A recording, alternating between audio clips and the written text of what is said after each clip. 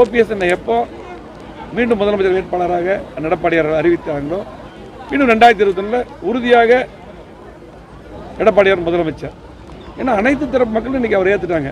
இது ஸ்டாலினுக்கே தெரிஞ்சிருச்சு. அதனால் இது எல்லாம் என்ன வேணாலும் பேசுகிறார் அவர். 2 நாளைக்கு முன்னாடி கூட நீங்கள் தான் எல்லாம் டிவியில் பார்த்தேன். 5000 ரூபாய்க்கே கணக்கு தெரியாமல் 4000 ரூபாய் கணக்கு சொன்னார். ஆகவே இன்றைக்கு அவருடைய நிலை திமுக உடையாமல் பார்த்துக்கணும். ஏன்னா கருணாநிதி இருக்கும்போதே அதெல்லாம் நடக்கலை. அதாவது ஒரு சூழ்நிலை தலைவர்கள் இருக்கும்போது அந்த மாதிரி சூழ்நிலை இருந்தாலும் அதுக்கப்புறம் இணைஞ்சோம். மாபெரும் இயக்கம் இது. இன்றைக்கு அற்புதமான இயக்கம். அது மட்டும் இல்லை, இன்றைக்கி ஸ்டாலினை பொறுத்தளவுக்கு அவதூறுகள், பொய்யான குற்றச்சாட்டுகள் அள்ளி வீசி தினமும் என்ன பேசுகிறேன்னு தெரியாமல் அவர் பேசிகிட்டு இருக்காரு. ஆகவே அவருக்கு தோல்வி பயம்தான் காரணம்.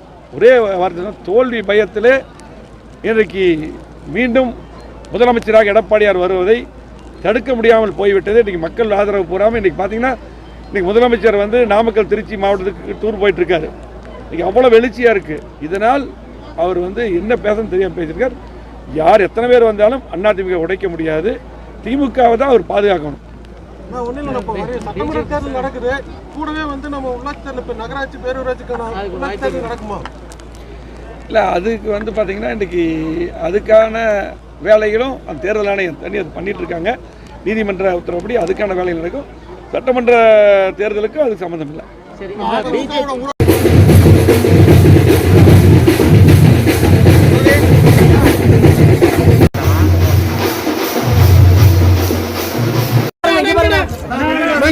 பார்க்கலாம்.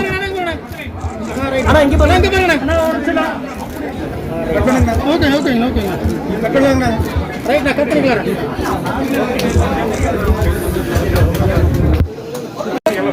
மேடம் இங்க மேடம்.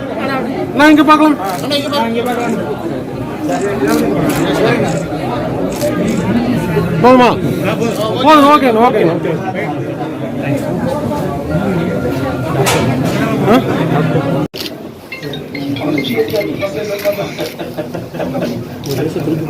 அவரே செக் பண்ண சொல்லலாமா சமாச்சாரம்?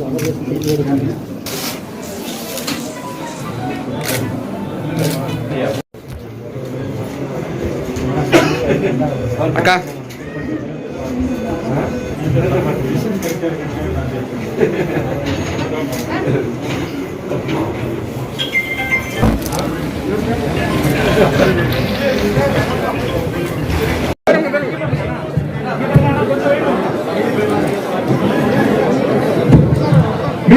அனைத்து பயனாளிகள் திருமதி ஜனனி வினோத்குமார்,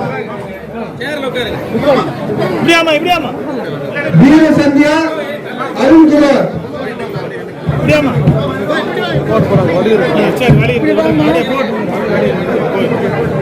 அதனைத் தொடர்ந்து தோட்டக்கலைத்துறையின் சார்பாக சொட்டு நீர் மானியம் பெறும் பயனாளி